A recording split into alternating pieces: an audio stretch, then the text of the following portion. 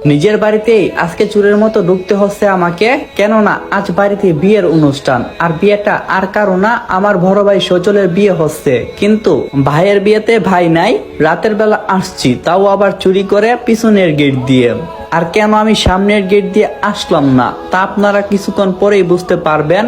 আমার বাড়িতে একমাত্র বড় ভাই আমাকে ভালোবাসেন, আর সবাই আমাকে অবহেলা করেন। পরিচয়টা দেওয়া যাক, আমি অনন্ত, বাংলাদেশ সেনাবাহিনীতে চাকরি করি। এবার বাড়িতে এসেছি শুধু ভাইয়ের সাথে কথা বলার জন্য।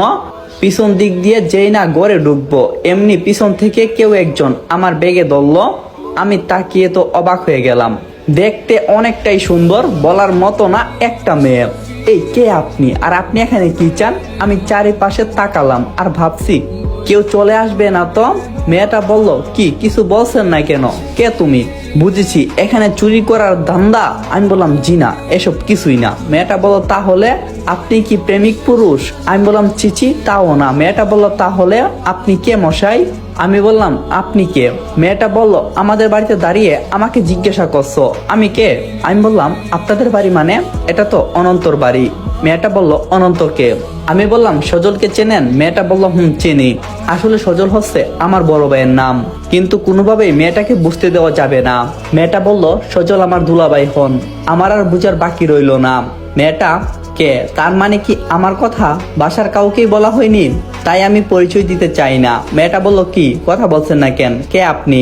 তখন আমি একটু হতাশ হয়ে বললাম, আমি এই বাসার কাজের লোক। মেয়েটা বলল, কাজের লোক? তা পিছন গেট দিয়ে ঢুকছেন কেন?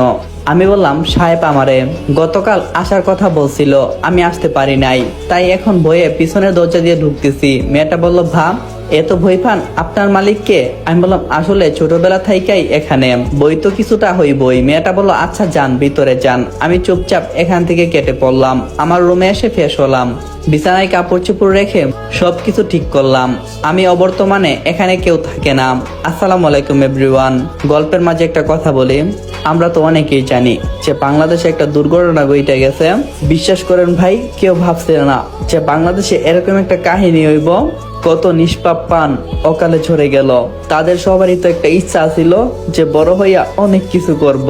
মায়ের সামনে ছেলের লাশ, তাও আবার তার চেহারাটা চিনা যাচ্ছে না। মায়ের কান্না যেন আসমান জমিন এক করে দিয়েছে।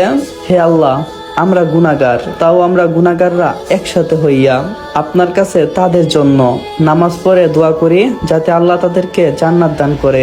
তো এবার গল্পে ফিরে যাই। সবকিছু ঠিক করে বাহিরে এলাম।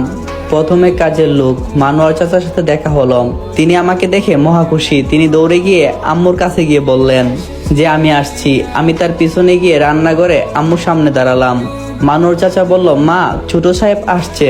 মায়ের হাসি মুখ নিমেষেই শুকিয়ে গেল। আমার আর বুঝার বাকি রইল না, মা খুশি হন নাই।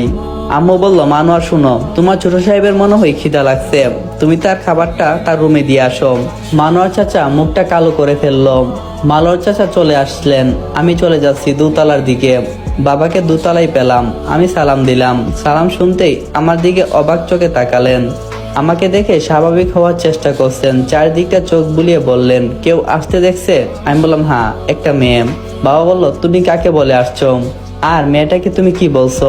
আমি বললাম, তাকে বলছি আমি এই বাসার কাজের লোক। বাবা বলল, আচ্ছা, তা এসেছো কতক্ষণ? আমি বললাম, ঘন্টা চারেক হবে। বাবা বলল, সবে মাত্র এলে, এখনই বের হয়েছ, যাও ঘরে যাও। আমি বললাম, বড় ভাইয়ের সাথে দেখা করতে যাচ্ছি। বাবা বলল, ঠিক আছে যাও। আমি বাবার কাছ থেকে চলে এলাম। নিজের আপন মানুষের এমন কথা অনেক কষ্ট হই। এসব ভাবতে ভাবতে হাসছিলাম। ঠিক তখনই পিছন থেকে প্রথম পার্টটা এখানে সমাপ্ত করলাম। আর যে গল্পটা আগে দেওয়া হয়েছিল বিচ্ছেদের 5 বছর পর, ওই গল্পটা পুরোটাই ইউটিউবে দেওয়া হইব। লিঙ্ক টিকটকের বায়োতে দেওয়া আছে, যাদের ভালো লাগবে তারাই গল্পটা দেখেন। আর হ্যাঁ, এই গল্পটা টিকটকে কন্টিনিউ হইব। যদি ভালো লাগে অবশ্যই আমাকে বলবেন, আমি আপনাদের জন্য ইউটিউবে নিয়ে আসবো। তো ভালো থাকেন সবাই, আল্লাহ হাফেজ। দেখা হবে আপনাদের পছন্দের গল্পে।